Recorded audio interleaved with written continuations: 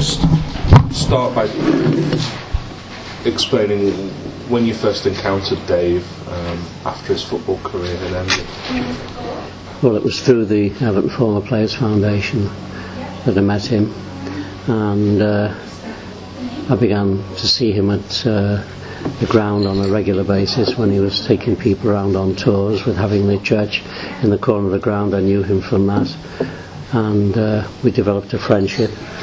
I knew his wife Pat and got to know her very well, and I got to know him much better, of course, when the Everton Former Players began, and he was having one or two difficulties health-wise, and we helped him and gave him some assistance, and I got to know him through that. And it was when he had really the relationship got stronger when he had that heart attack, and I went up to the hospital to see him, and he'd had a very severe heart attack. The doctors was looking after him, giving him all kinds of treatment, and I was telling him about the game that we were playing and that we were winning. At that time I think something like about 4-0, and he prevailed on me to go back and ask Bill Kenwright if he could still have his job when he came back. And I tried to reassure him that there'd be no problem with that, but in order to make sure he didn't get any worse, I had to come all the way back from the Royal Hospital back down to Goodison, go and see Bill Kenwright, get the assurance, which I knew already, then go back up to the hospital to reassure him, by which time we'd beaten them 7-0.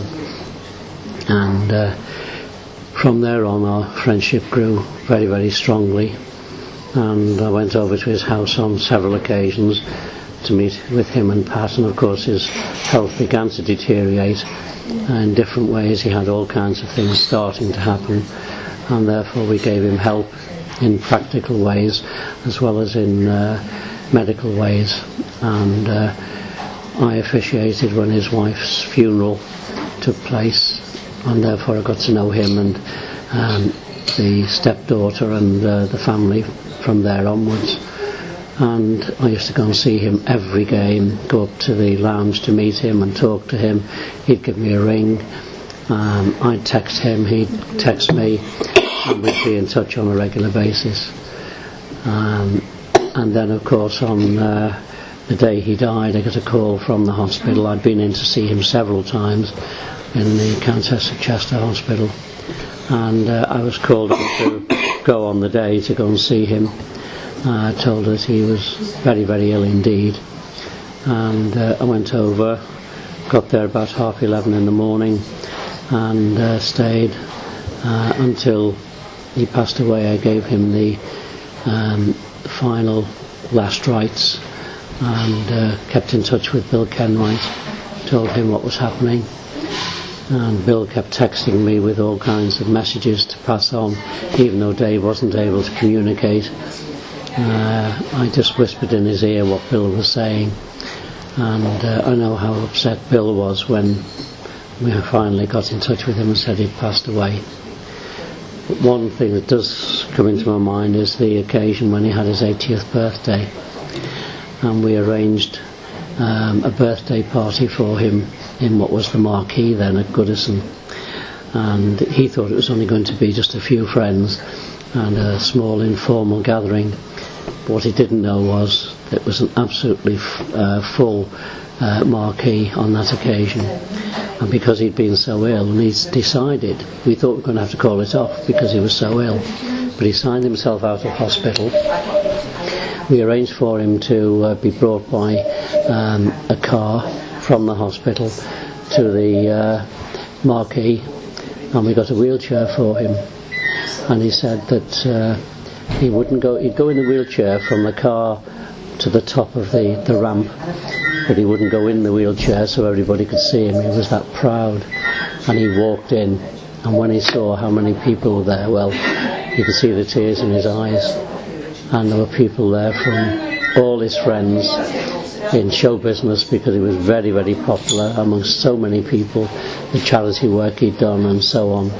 And there were people from all his different connections for different football clubs, and of course his family and other friends.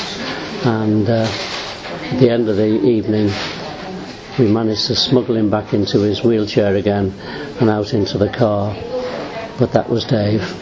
And to see the cathedral on the day we had the service so packed and so many people who were there for the legend that was Dave Hickson. It's been a great privilege to know him, and I'm going to miss him so much.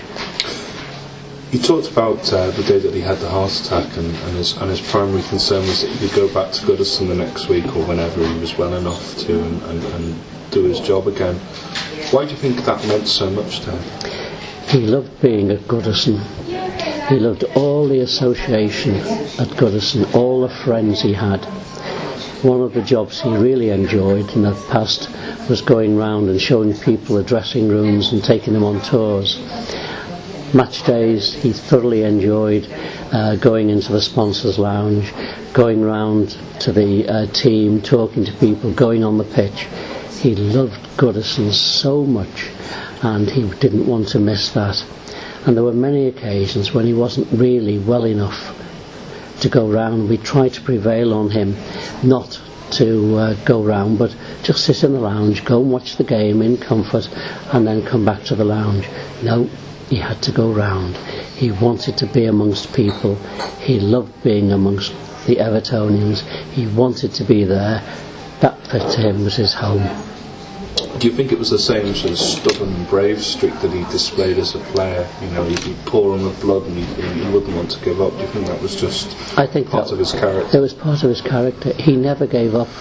There were times that Everton would say to me, please prevail on him, just to sit there. We'll get people to come to him. But no, Dave was that kind of man.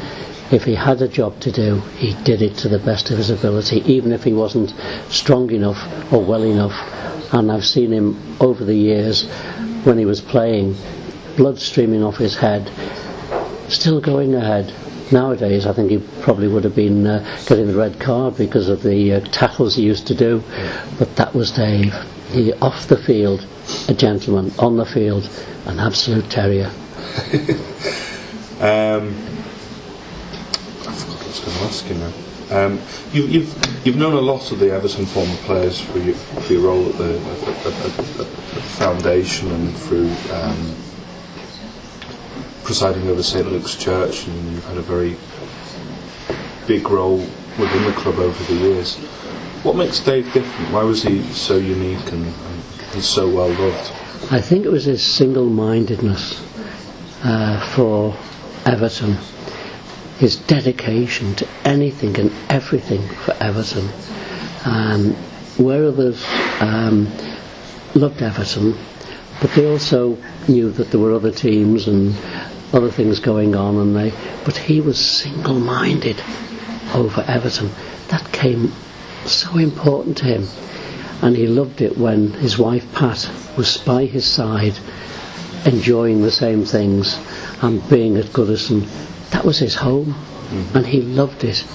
And I think it was his single-mindedness, his passion for Everton and what Everton stood for. And I think that's why Bill Kenwright was drawn to him, because of his passion for Everton and everything to do with it.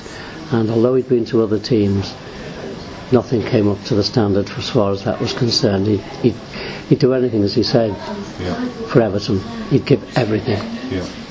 Are you able to talk about his relationship with Bill? Because I mean, my impression was that Dave considered Bill as like a surrogate son. And yes, I know that he and Bill really enjoyed a wonderful relationship. As you say, almost like a father and son relationship. Bill had so much admiration for Dave.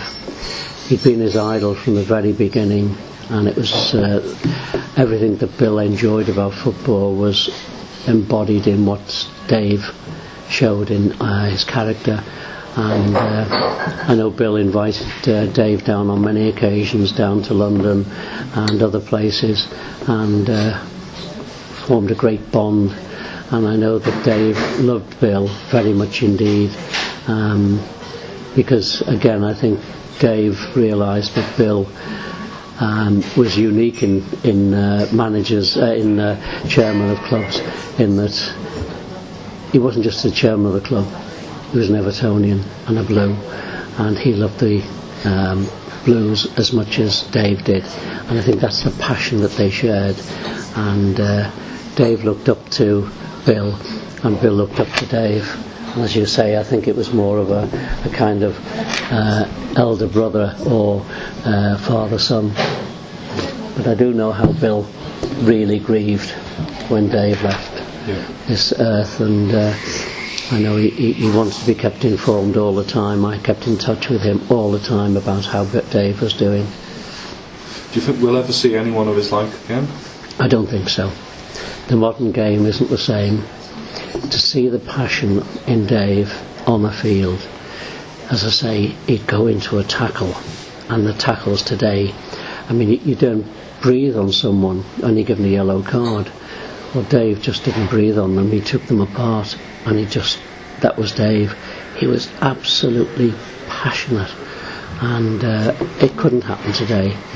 And just to be so single-minded, he wasn't paid a lot of money, but he was so passionate about football. I mean, he was still playing for the Over the Hill mob, even when he was in his 70s. I mean, goodness me, he wouldn't do that today. That was Dave. Yeah. Thank you. That was great.